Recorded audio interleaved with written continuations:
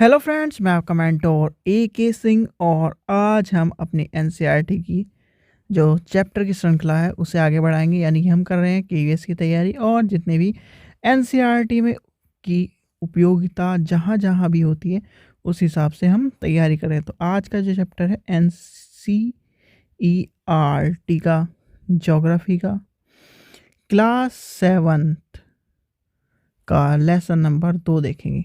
ठीक है बच्चों, तो चलिए आपका जो सी टेट का पेपर आ रहा है, यानी कि जिन बच्चों को सी टेट का पेपर आ रहा है और केवीएस की तैयारी कर रहे हैं, तो ये ध्यान रखिए कि जिस तरह से सी टेट में सिलेबस से मजाक हो रहा है, क्या पता केवीएस में भी मजाक हो जाए। तो आपको एनसीईआरटी के साथ साथ प्लस लूसेंट जिसमें क्वेश्चन है और क्या एनसीईआरटी और लूसेंट पढ़ के रखनी है। और पैडागोजी में करा ही रहा हूँ, यानी कि एसएसटी वालों के लिए, इंग्लिश वालों के लिए और साइंस वालों के लिए कोई टेंशन की बात नहीं। 160 नंबर की तैयारी इस चैनल पर आपको मिल रही है। ठीक है, English, TGT English, science and SST की तैयारी तो हो ही रही है। तो आप परेशान ना हो अपनी तैयारी में, बस ये है कि कंटिन्यूसली तैयारी करते रहें और ध्यान रखें। ठीक है, क्योंकि आप अब बच्चे नहीं हो कि आपको किताब में से सारी चीज़ें पढ़ाई जाए। सिर्फ किताब में वही चीज़ पढ़ाई जाती है, यानी कि एनसीईआरटी की समरी का मतलब यही है कि आपको जो इम्पोर्टेंट है एग्ज़ाम पॉइंट ऑफ व्यू से वो पढ़ाया जा रहा है। तो चलिए आज का चैप्टर देखते हैं। लेसन नंबर 2 क्या कह रहा है? लेसन नंबर 2 कह रहा है हमारी पृथ्वी के अंदर। भाई हमारी पृथ्वी के अंदर क्या क्या है उस चीज़ के बारे में बताया गया है। तो उस चीज़ में हम पढ़ेंगे कि हमारी पृथ्वी के अंदर क्या क्या है। जैसे पेट के अंदर बहुत सारे सामान होते हैं, वैसे ही हमारी पृथ्वी के अंदर है। और पृथ्वी की कौन कौन सी लेयर हैं आपको पता होना चाहिए। मेंटल, कोर मेंटल, बाह्य कोर और आंतरिक कोर, 3 तरह से बटी बड़ी है। यानी कि धरती, ये है कोर। फिर क्या आता है जल्दी बताइए। यानी कि इसका जो ये लेयर होता है ये बाह्य कोर होता है। और बीच वाले को क्या कहते हैं जल्दी बताइए। तो इसे क्या कहेंगे, बीच वाले को क्या कहते हैं जल्दी बताइए। भाई अंदर वाला कोर हो गया, बीच वाला क्या होगा मेंटल, यानी कि, और ऊपर का क्या होता है क्रस्ट। तो ये आपको पता होना चाहिए, कोर मेंटल क्रस्ट, ये तीनों लेयर पूछी जाती है। तो सबसे अंदर वाली कौन कौन सी होती है? कोर। फिर उससे ऊपर क्या होती है मेंटल, और सबसे ऊपर क्या होती है क्रस्ट। तो ये आपको पूछा जा सकता है 1 या 2 नंबर में, कभी कभार पूछा जाता है। तो ये आपसे पूछी जाती है। और ये किस तरह की होती है, जैसे प्याज की झिल्ली होती है ना, उस तरह से होती हैं इसकी परतें। चलिए अब आते हैं परतों के बारे में। चलिए अब आता है पृथ्वी से या पृथ्वी की सतह की सबसे ऊपरी परत। यानी कि ऊपरी परत कौन सी है? स्थल मंडल वाली ऊपरी क्या परत को परपट्टी कहते हैं। याद रखना इसके बारे में। अब आता है महाद्वीप और यानी कि महाद्वीप जो चीज़ें हैं, यानी कि महाद्वीप किस में आएगा। अगर आपसे कोई पूछे महाद्वीप ये किस में आएगा, तो किस में आता है महाद्वीप? स्थल मंडल में ही आएगा। और महाद्वीप स्थल मंडल के किस भाग में आएगा? अब आपका जो नेक्स्ट कॉन्सेप्ट है वो है क्या? महाद्वीपीय, महाद्वीपीय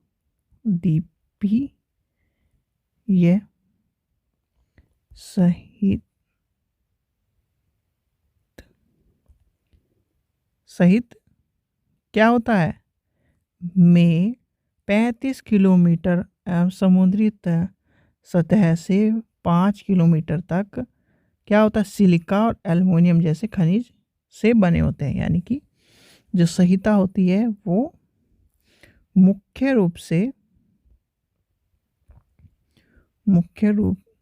से सिलिका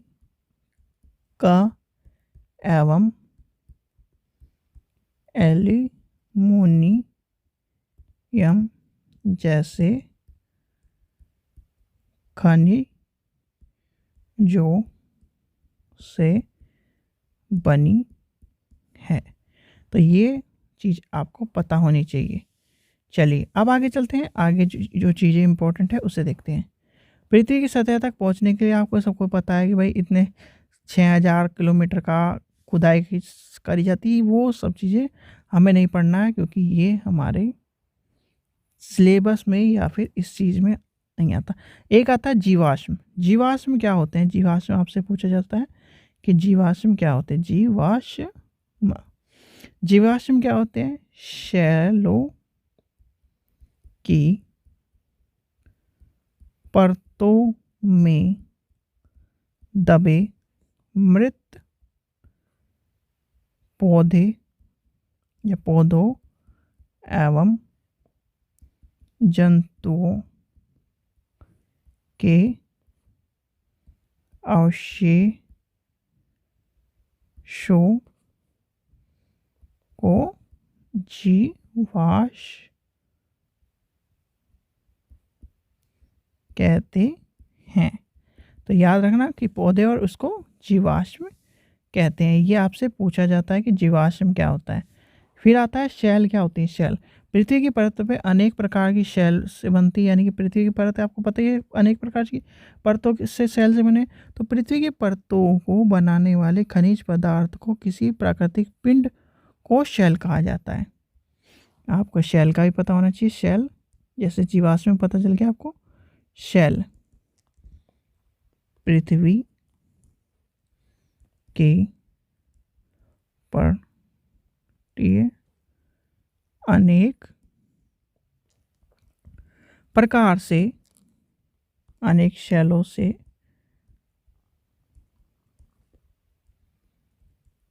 बनी है। पृथ्वी के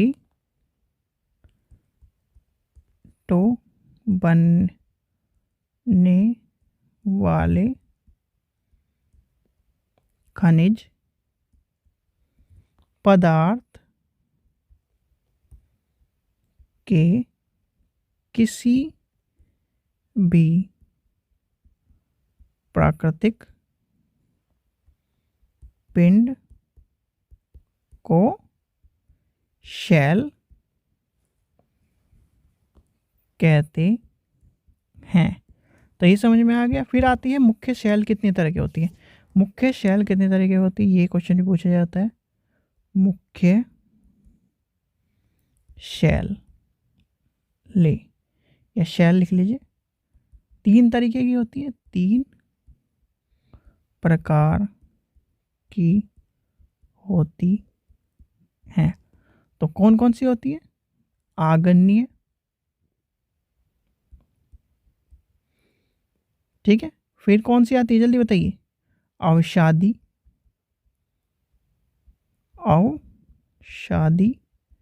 और लास्ट कौन सी होती है? कायंत्रित शैल। तीनों का याद रखना, कायंत्रित, अवसादी और आग्नेय। कायंत्रित शैल। तो ये 3 प्रकार की शैलें होती हैं। आगे पढ़ते हैं। अब आता है इनके शैलों के बारे में। सबसे पहले आती है आपकी आग्नेय शैल। भाई आपने एक नाम सुना होगा, वो है ज्वालामुखी। ठीक है। ज्वालामुखी में क्या निकलता है? मैग्मा निकलता है। और मैग्मा बाहर जब आता है तो उसे ठंडे होने में टाइम लगता है, बहुत टाइम लगता है। और जब ठंडा होता है तो उस ठंडे जो मैग्मा का जो ठंडा होने का जो चीज़ें होती हैं उससे, यानी कि मैग्मा को ठंडे होने के लाल द्रव्य जो मैग्मा है वो जब ठंडा होता है तो उनका जो एक एक्सट्रैक्ट रूप होता है उसे ही आग्नेय शैल कहते हैं। तो यानी कि ज्वाला मुखी से निकला क्या? मैग्मा। मैग्मा जब क्या हो जाता है? ठंडा हो जाता है और ठोस बन जाता है, तब आग्नेय शैलों का निर्माण या शैले या शैलो बेटर रहेगा। चलिए, शैले बनती हैं। तो याद रखना, शैले कब बनती है? आग्नेय शैल कब बनती है? जब ज्वालामुखी से मैग्मा निकलता है और वो ठंडा होके चल जाता है। अब फिर उसके बाद कौन सी आती है? जल्दी बताइए भाई। हमने आग्नेय शैल पढ़ी, फिर अवसादी और फिर कायांतित। तो अवसादी अब हम पढ़ेंगे अवसादी शैल। ये आपसे क्वेश्चन पूछे जाते हैं, इसलिए ही मैं आपको बता रहा हूँ। अवसादी शैल। अवसादी शैल, पेन दूसरा ले लेता हूँ कलर, जिससे एक चीज में आपको बोरियत ना। चलिए, अवसादी शैल। अवसादी शैल क्या होते हैं? कोई मुझे बता सकता है अवसादी शैल क्या होती है?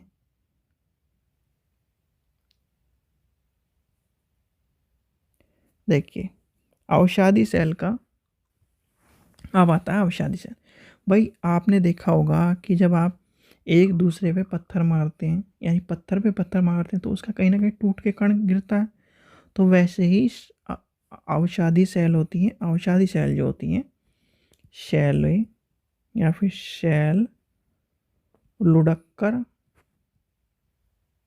लुढ़ककर चटककर सॉरी चटक चटक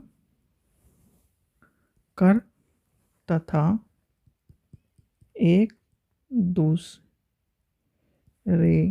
से टकराकर छोटे छोटे टुकड़ों में टूट जाती है। इन क्या कहते हैं? तो इन शैलों को, इस या फिर इस इन कणों को, इन कणों कणों को क्या कहते हैं?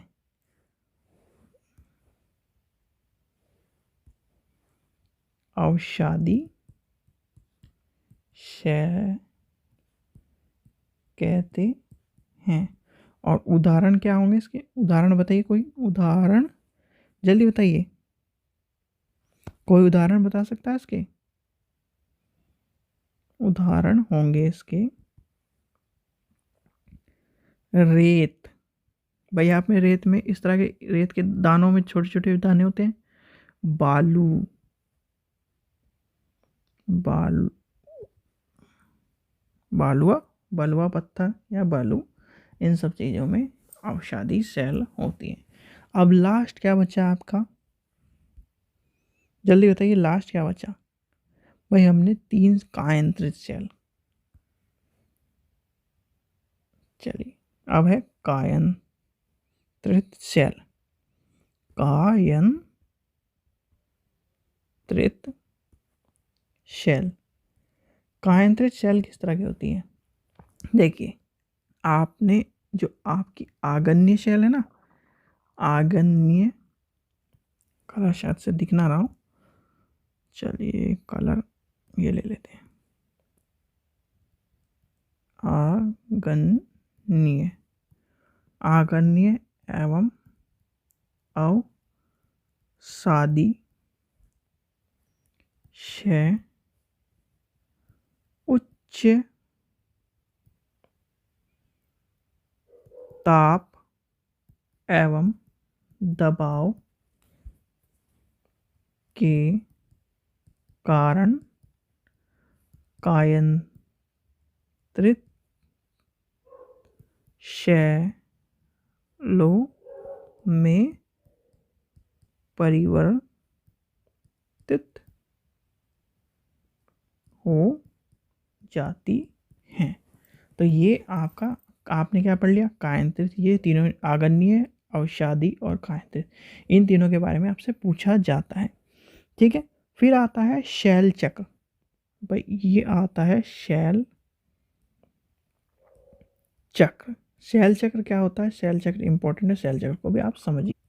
भाई शैल चक्र का मतलब क्या है, देखिए पहली शैल कौन सी है, जल्दी बताइए। भाई अभी तो पढ़ा हमने, आपकी पहली क्या है, शैल आगन्य है। फिर उसका जो टुकड़े टुकड़े हैं वो है अवसादी, और फिर लास्ट में है कायांतरित। ठीक है, तो यानी कि पहला जो पार्ट है वो दूसरे को बनाने के लिए है, और दूसरा पार्ट जो है तीसरे को बनाने के लिए है। तो वही शैल चक्र का कारण है। यानी कि अगर आप लिखने के कहें तो लिखने में हम क्या परिभाषा लेंगे, शैल एक दूसरे यानी एक शैल दूसरे शैल में परिवर्तन होने की प्रक्रिया को शैल चक्र कहते हैं। एक शैल से दूसरे शैल में परिवर्तन होने को इस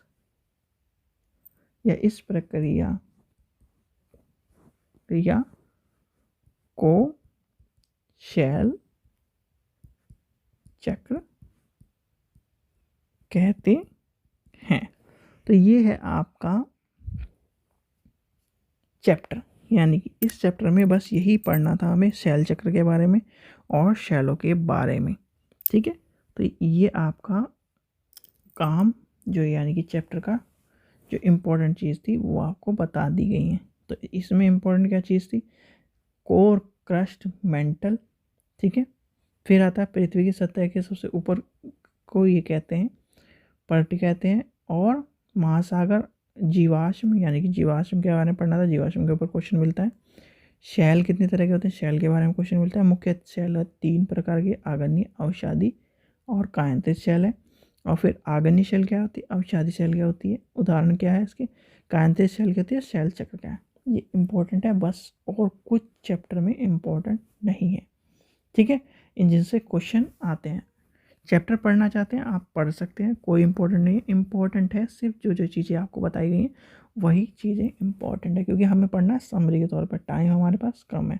ठीक है बच्चों, आशा करता हूँ आपको वीडियो पसंद आई। वीडियो पसंद आई तो लाइक करें, चैनल को सब्सक्राइब करें और वीडियो को ज़्यादा से ज़्यादा शेयर करें, जिससे आपके दोस्त भाई बहन और उनको भी इस वीडियो का लाइक मिल सके। वीडियो आप देखते हैं, चैनल को सब्सक्राइब नहीं करते, प्लीज़ वीडियो को देखने के साथ साथ चैनल को भी सब्सक्राइब करें। ठीक है बच्चों, थैंक यू।